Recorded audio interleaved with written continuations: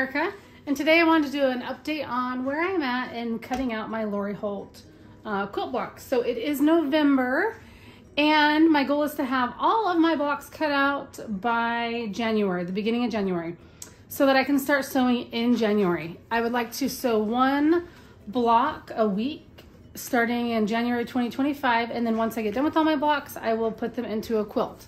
So a little recap, I am using these three books. This Farm Girl Vintage, I own this book. Farm Girl Vintage 2, I'm borrowing this from my neighbor. And this Spelling Bee book, I'm also borrowing this one from my neighbor. So since these two are the ones that I am borrowing, I decided to cut the fabric out first from these blocks because my intention was to cut them out and then return these books to my neighbor and then borrow them again when I go to actually sew the blocks. But I think since she doesn't need these right now, I'm going to just hang on to them. Okay, so I have all the blocks cut out for these two books, the background fabric and the print fabric, all the fabric. So I had this extra tub, and I have never really stored things into a tub. I typically do a project bag, and that's what I started with for this project. But I did come across this tub that was empty, so I decided to store my things in it. So let me show you what I did. Just kind of as a recap, what I did is I went through each book and picked out the blocks that I liked. I took just a piece of printer paper, wrote the name of the block, the page it can be found on, and what book. So for example, this just says book 2. So that tells me that it goes with this book. And then I cut out all the fabric. So this one will be the pig. So I just cut out all the fabric. There's the background fabric. I decided to go with Bella Solid 200 for my background fabric. And what I did is I bought 2 yards of this fabric to get me started. And so far I still have some of that fabric left. And then I went through all my scraps and gathered my scraps to cut out the blocks for this project. So between these two books, here are all the blocks that I have cut out right here. Oh my gosh, I just lost some. Oh, it's from this top one, thank heavens. Okay, so let me count these and tell you guys how many blocks I have. Let's see.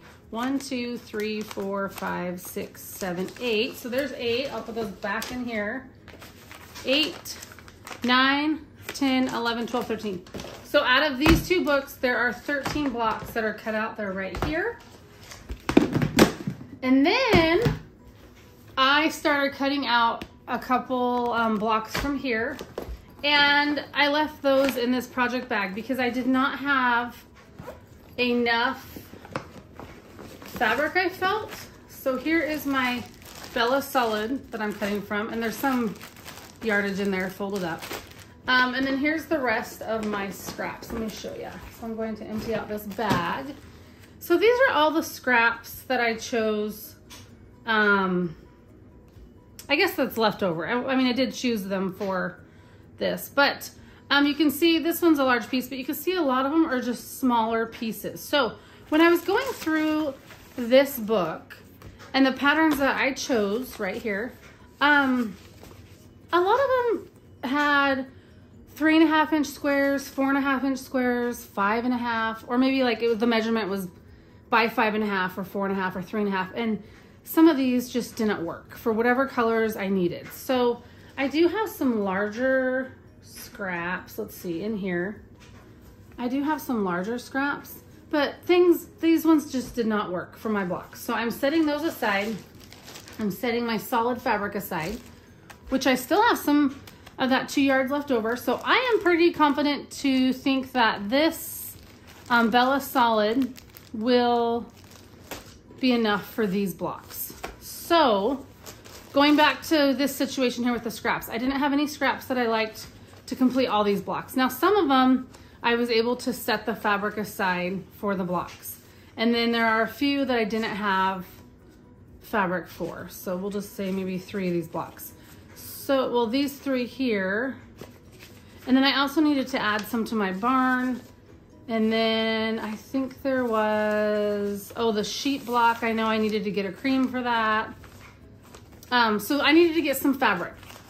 So I went to my local quilt shop that carries Lori Holt, and I went shopping. So yay for an excuse to go shopping. So let me set that aside. Okay, so I went to this quilt shop that's local to me. They had Lori Holt. It is 10% off right now. And I feel like that's a common sale for them. They do 10% off. So I just went through their fabrics and picked out some that I liked. And this is what I picked out. And I ended up getting a 1/4 yard cut of each of these. So 4 and 4, so 2 yards. My budget was $20 and I spent $23 and change. So I'm pretty happy with that. So my goal with making all the blocks from these books was to dive into my scrap bin and make blocks from my scraps and buy my background fabric. So I did make a significant dent in these scraps. I bought Bella, 2 yards of the Bella Solid 200 fabric. So I bought just 2 yards of that. And then I bought this fabric for the rest of my blocks. I will have to buy some fabric for my sashing and cornerstones as well. So I'm really happy with the dent I made in my scraps and all the scraps I was able to use. I guess it's kind of a bummer I couldn't do all the blocks with scraps, but I mean, it was fun to go shopping and find some fabrics that I know I will love in my quilt. So I'm really happy with these. So if I go back to this book and see how many blocks did I choose from her original book, let me see here.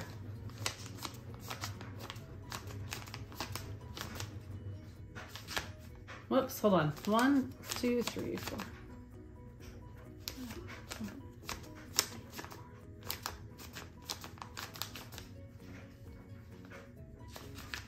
So there's 12, and then I actually, in this bucket, a while ago, I knew I wanted to make Lori Holt quilt blocks, so I actually cut one out here, and this is from her original, the first book. So there are 12 here and 1 here, so 13. So I have 13 blocks from this book here, and then from these two combined, there are 13 blocks. So a total of 26 blocks.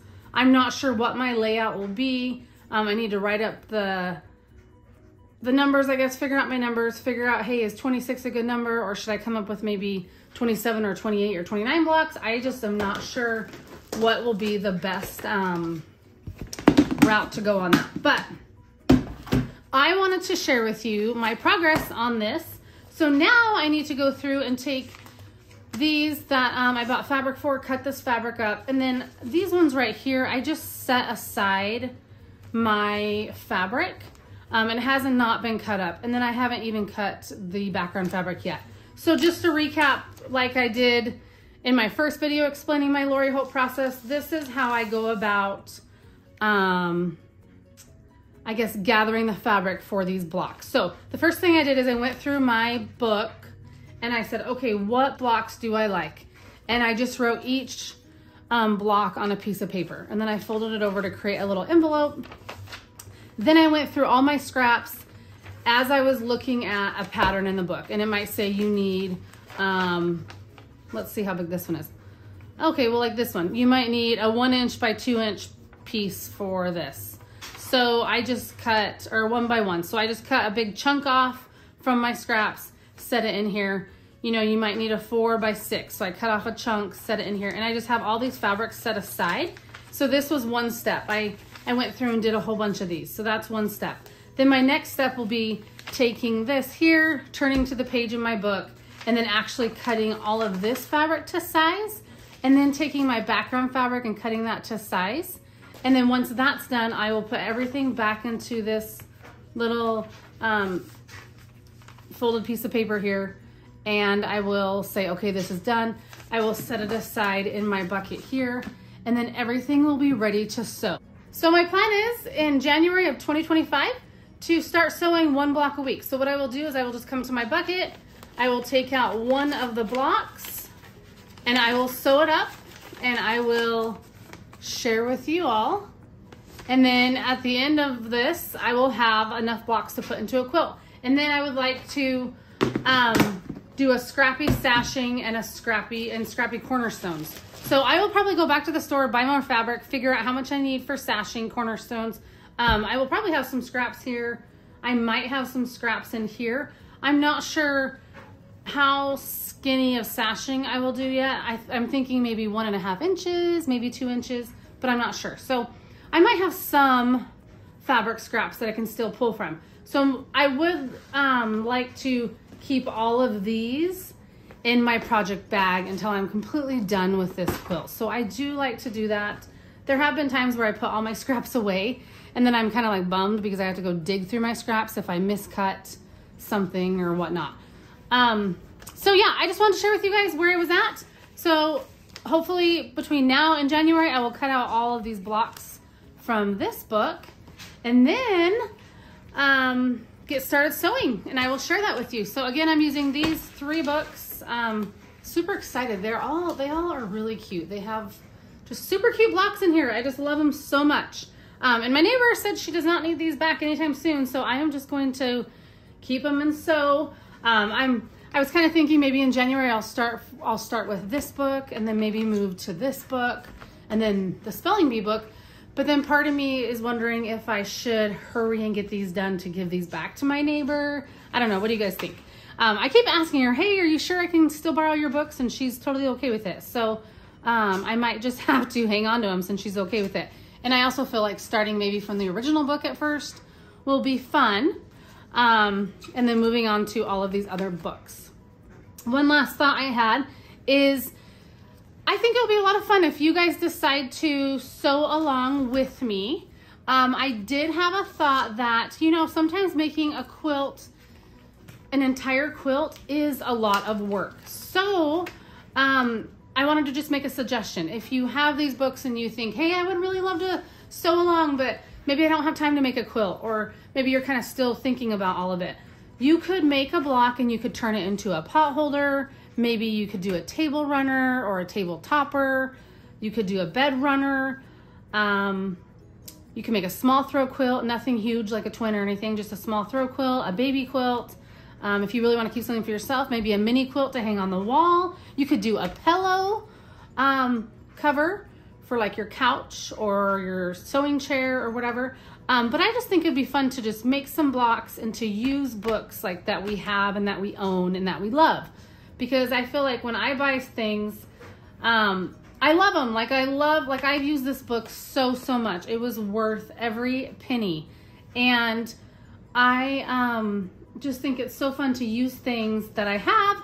And if you have this sitting at home and you haven't used it, how fun would it be to actually make something out of it and be like, gosh, I used this pattern. I'm so happy I finally used this pattern that I bought and that I love. So there's some ideas if you don't want to make a full quilt with me. And also you can follow me over on Instagram if you want to share pictures with me. I'm also on Facebook as well. Just at both of those I'm at Dresses and Spurs. And then you can share pictures with me as we are quilting and sewing along. And once again, I just want to do 1 block a week until I'm done. So I think once I have all of these cut out in the beginning of January, I can let everybody know, hey, this is how many blocks I'm going to be making and this is my expected end date. So I will plan that for January to kind of give you more of an outline of when I should have maybe my quilt top done. Well, maybe blocks done, quilt top done, quilting, and 100% done. So thanks so much for watching, and I can't wait to start sewing in January. See you next time. Bye.